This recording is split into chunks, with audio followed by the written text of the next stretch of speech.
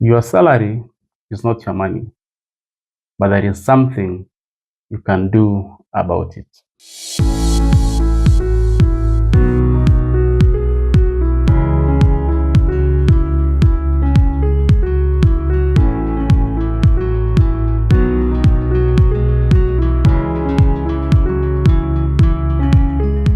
Welcome to Quoting for Dominion, the space where we learn life skills, pursue purpose, and have dominion in every area of our lives. My name is Victor Kibet. Today, I'll show you why your salary is not your money. And I will also show you a solution to this problem. I'm going to use a very simple example. And I'm going to assume that you earn a salary of 90,000 Kenyan shillings after tax. And so your disposable income is 90,000. Now, I'm going to use a table here which has 4 columns. The first column being the expense column, the second column being whose money column, which shows who is being paid. Then third column is the amount column, and the last column is the balance. Now, the first row, we capture salary. And salary is money from your employer. And therefore, under the column whose money, this money belongs to the employer and is paid to you 90,000 Kenyan shillings. Now, when this money comes to you, when it hits your bank account, we want to find out if indeed this is your money. Now, the first thing, we assume you have a loan with a bank or with a SACCO, a mobile lender, or even a friend, and this amount is 10,000. So you already have a balance of 80,000 because the lender must take out their money. And so that money is not yours, it belongs to the bank or the SACCO or the mobile lender. The next one is rent and water. And this you pay to your landlord 15,000 Kenyan shillings so that you have a balance of 65,000. So the money belongs to the landlord. The next one is wages. Your house manager or house worker, you pay them 7,000 Kenyan shillings. Your balance now is 58,000. Again, that is not your money. The next one is transport to work. You will pay the matatu owner, the boda boda owner, or if you are using your own car, you will pay the petrol station for fuel. And so that money is not yours. Next one is electricity. You will pay Kenya Power. School fees, the money belongs to the school. So far, you can see that these expenses, there is nothing you can do about them. You cannot change your mind about whether to pay school fees or not, whether to pay the rent or not. You cannot decide. You do not have that freedom. This money already is committed to other people. The next one is airtime and internet. That will go to Safaricom or Airtel or whoever is your service provider. Food and kitchen expenses. That is the grocery owner or the market, the vendor at the market. House items, e.g. soaps and toiletries, that money belongs to the supermarket. As you buy those things, you part your money, give your money to the supermarket. Medication, the money belongs to the hospital, 1,500 shillings. And if you don't have a medical insurance, you can be sure that that amount could likely be higher than that. M-Pesa and bank charges. M-Pesa charges goes to Safaricom or any mobile money operator, and bank charges goes to the bank. Clothing and grooming. That money goes to the boutique, goes to the barber shop, goes to the salon. Support for family. If you are paying black tax, parents and sibling support, that money belongs to them. Offering and church contributions, that money belongs to God, or you are paying God. So the amount now is 3,039 shillings on our balance column. Now, the next one is entertainment. Pay TV like DSTV, GoTV. That money goes to MultiChoice or whoever the service provider is. Family and friends outings will pay the restaurant that money or whichever space you are going out. Weddings or funerals, etc.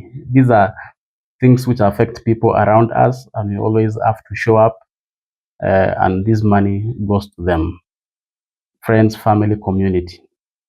Snacks, sweets, toys for kids, that money belongs to the shopkeeper, it belongs to the supermarket. That is not your money.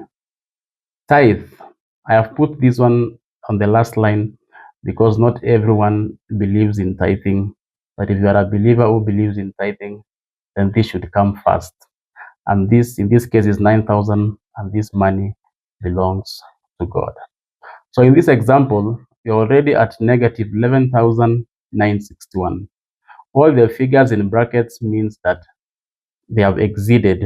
It's already a negative. The amount to spend is not available. So this person is in debt to the tune of 11,961 Kenyan shillings. So this person is living beyond their means. Now the question is, if this represents you, where is your name? On column 2 of whose money, who is being paid, you'll realize that many people do not have their name appearing there. And their name does not appear there because they have not paid themselves. And how should they pay themselves? Or how should you pay yourself? You pay yourself by having savings. You must set money aside for your use, for your investment, for your emergencies, so that we say that you have paid yourself. If you look at the scenario of this person, if an emergency comes, they will not be able to handle it. They will find themselves borrowing and going into the trap of debt. Even if they are able to balance their spending to make their expenses equal to their income, then what happens when one day they are not able to operate, they are not able to make money actively? For example, due to old age, it means that they will be struggling. It's important that you live below your means.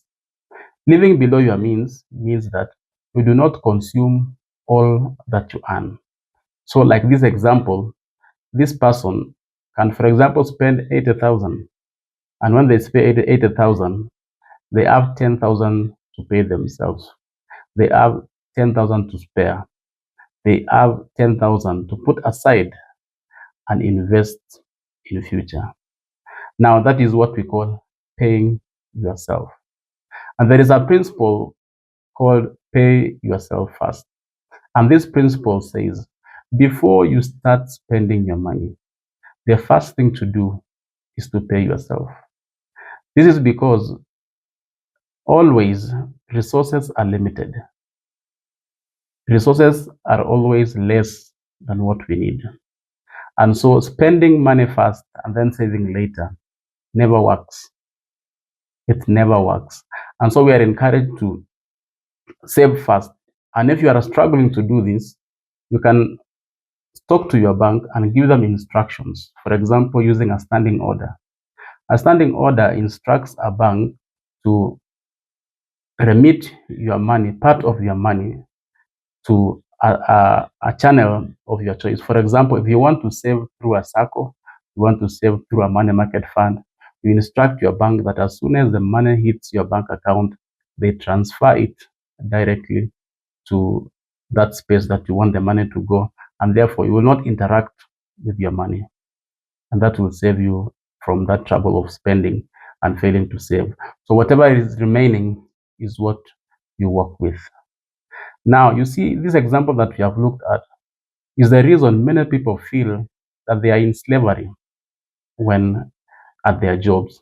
because all the money that comes goes out. They are simply conveyor belts.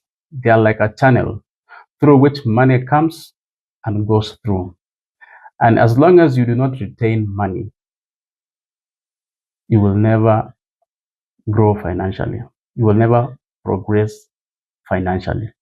And this is the trouble that many people find themselves in. Now, the bottom line of all this is this: it doesn't matter how much you earn. What matters is how much you retain. There are people who earn millions of money, but they are in debt because they cannot manage their money. So the most critical thing is to retain that money. And it doesn't matter where you are right now. So like the case of this person, because they're not paying themselves, they need to find a way of cutting costs. They need to find a way of bringing their costs down, whether they move to cheaper houses or whatever they need to do, so that they are able to save and start investing. Because unless you start saving and investing so that you make passive income, which means income that you make without having to work, without having to show up, um, unless you start making that kind of an income, you have not started the journey to financial freedom, because you'll always need your work. You will always have to show up so that you make money. Now, I want to appreciate you for coming with us this far. Thank you for watching this video. And I invite you to visit our website www.coachingfordominion.com to see what we do. Also interact with us through our social media spaces, that is Facebook, Instagram, TikTok, LinkedIn, and of course here on YouTube. And please, you may engage us, ask us questions, we will respond. You may also engage us for one-on-one coaching, for group trainings like chamas, employees of companies, church groups. And you can also come and speak at your event and share wisdom on money and other life skills like intentional parenting, etc. Thank you very much. Till the next time, have a wonderful time. See you. Bye.